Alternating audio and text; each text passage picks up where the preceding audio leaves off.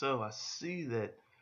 Well, I'm sure y'all noticed that the scenery right now is it's kind of, I don't want to say eerie, but it's kind of dark, and gives off a bit of a cold vibe. Hopefully, because it is cool in the house because it's hot out fucking side, and I want the setting to be like this because this new Pusha T album is cold itself. It's dark. It's a little eerie at times, and it's scary. And this summer, well, no, it's not even summer yet. Spring, we're, we're pretty much, yeah, we're at the end of spring, 3 weeks into the beginning of summer, and it is getting scary out here. Because it feels like summer 16 with Drake all over again. It's getting scary as shit out here because Pusha T has dropped some new shit. 7 tracks, like 21 minutes. It is an album, even though it's like I said, 7 tracks, 21 minutes. So you think it's like a longer EP or a short ass album. It's his third album.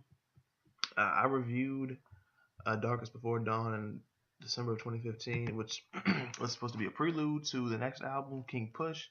I guess this was going to be King Push. I'm not sure that Darkest Before Dawn is the prelude to this, given that that was 10 tracks and longer than this shit. But still, and My Name is My Name, a lot of critical acclaim. I need to go back to it myself. Uh, but yeah, it's gotten scary again.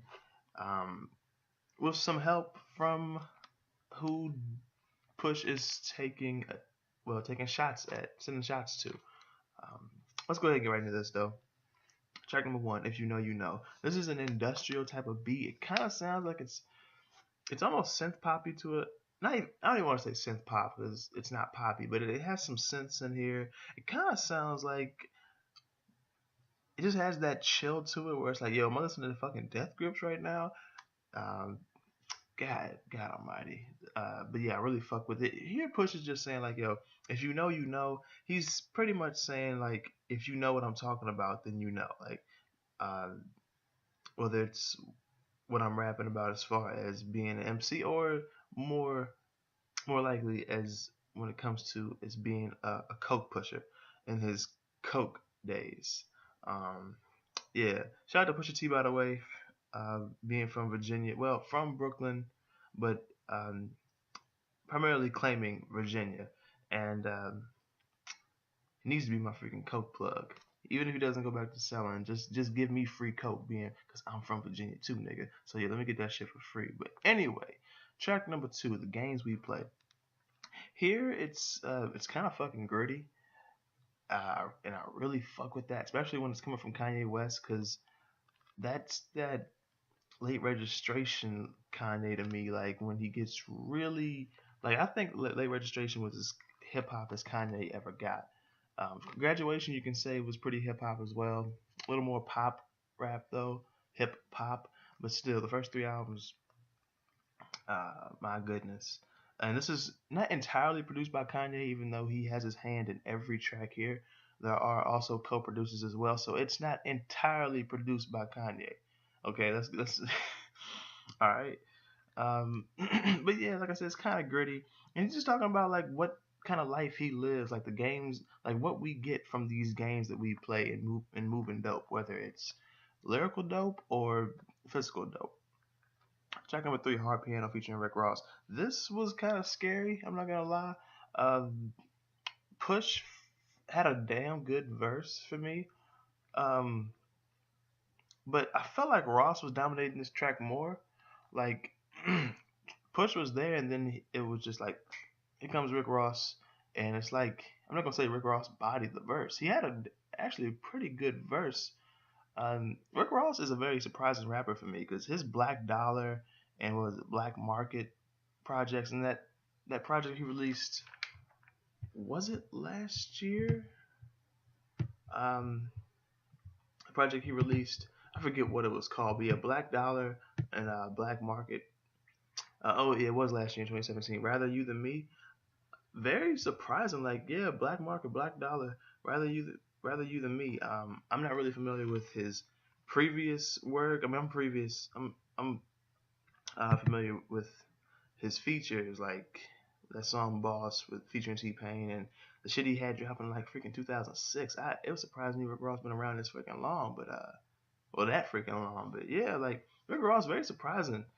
He just keeps coming back, and I'm fairly uh, impressed, but fairly pleased with Rick Ross. So, uh, but yeah, I wish I could have had more Push on here though. Track number 4, "Come Back Baby." I love the soul sample that's infused on this. I don't even want to say dark, but just this mellow banger. Uh, Track number 5, "Santeria." This was dark, but not dark. It got darker as the track progressed. Like when you get past like the first minute and a half, it's like this is when this track gets darker, and you have these. Even on the chorus, there was this Spanish. It was being said in Spanish. I'm not sure by who. It didn't have the feature. Maybe it was a um, maybe uncredited feature, and yeah, like just that itself, I was like that really helped make this a darker track as it progressed. Just having the Spanish lyrics, well, the lyrics being um, presented and vocalized in Spanish, it was like that really helped as as this track moved forward. Um, that part is actually one of the darker parts of this album. But the track as a whole, I'm not gonna say it's all dark, just that part. Track number 6, "What Would Meek Do?" featuring Ye. Okay, look, Ye was cool. It kind of seemed like he was kind of like I miss the old Kanye, the old Kanye. I'm not. I guess you could say he's kind of poking at people complaining about what he's been doing on Twitter. Um, but yeah, saying like he's out of touch and all that shit. Um, Kanye actually stood out here really because of that verse and how he just um, like I say, owned his actions, but just like, yo, I'm claiming what the fuck's going on. Like, yeah, this is me right here. And Push, he did his thing as well, of course, because he's fucking Push. But uh, I'm not gonna say that. I mean, what would Meek do? Definitely some good Meek references here. Like they're great. And I actually really, really, really fuck with the beat. I really fuck with this track. It's actually one of my favorites on here. But I'm not gonna say that. Yay. Oh yeah, and also when Push said when he said oh shoot, never mind. But I'm not gonna say that they're poking or they're trying to instigate with this track. I'm just if they are clever and if it just happened to come out this way, then so be it. But having this track be called "What Would Meek Do," and then on the track 7 be dissing Drake and Birdman and Lil Wayne actually. Um, I I don't know if he was talking directly to Drake when he said, "You know exactly um, what I see, like what me and Rick Ross, what we see when Wayne on stage, like yo, you see it too." I wonder if he's talking to Drake. Then again, he's probably just talking to more towards Birdman. And I remember freaking Ross had something to say about that shit on Black Market or rather you than me, saying like, "Hey yo, uh, I think it's fucked up what you doing to my man Wayne." So maybe it's not even really a diss to Wayne, even though it kind of paints Wayne as like the victim here. Like Poe Wayne. So maybe it's not even really a diss to Wayne. It's more of a I want to help Wayne. Like let's have some justice for Wayne. But it's like, and it was a cool diss too, saying like it was written like Nas, but how do you put it? It was written like Nas, but Quentin wrote it or Quentin said it or something like that. And just saying like, how can you write these wrongs? You don't even write your own songs. Like that's definitely talk about Drake. Like who else would he be talking about? Um, it's just like, but if that's how it just happened to play out, okay. But if they did put it like, yo, track 6, what would Meek do, and then dish Drake on track 7, it's like clever, clever. Cause you understand what I'm saying, all right? Because what would Meek do in a situation? and then you diss Drake. It's like, what would old Meek do? You know what Meek did on Twitter when he dissed Drake on Twitter, saying like he doesn't even write his own shit. So it's like, yeah, what would Meek do? Now we gonna diss Drake. If it just happened that way, fine. But if it was intentionally supposed to seem that way, they just be played, the songs be placed in that order, then that's very clever. And overall, oh, Infrared, I'm not blown away by the diss. It's cool. I actually like Duppy more than Infrared, and that's why it has a hand and why this late spring, this summer is about to be so fucking scary. Because you got Duppy, you got Infrared, you got this whole damn project. It's like, and who knows if this album's gonna get even more scary. I mean, if this summer's gonna get scary because Drake's gonna drop, right? Ye's gonna drop, and well, Brockhampton moved their shit back, but their whole situation with Amir Van, he gets kicked out. It's like, yo, this shit just got scary. Somebody got scary, I guess. Kind of like actually summer 15 for me, get senior year after graduating from high school. It's like, yo, it was like 15 and 16 again. 17 wasn't really scary. 15 and 16, yeah. And now it's like 18 to be like 15 and 16.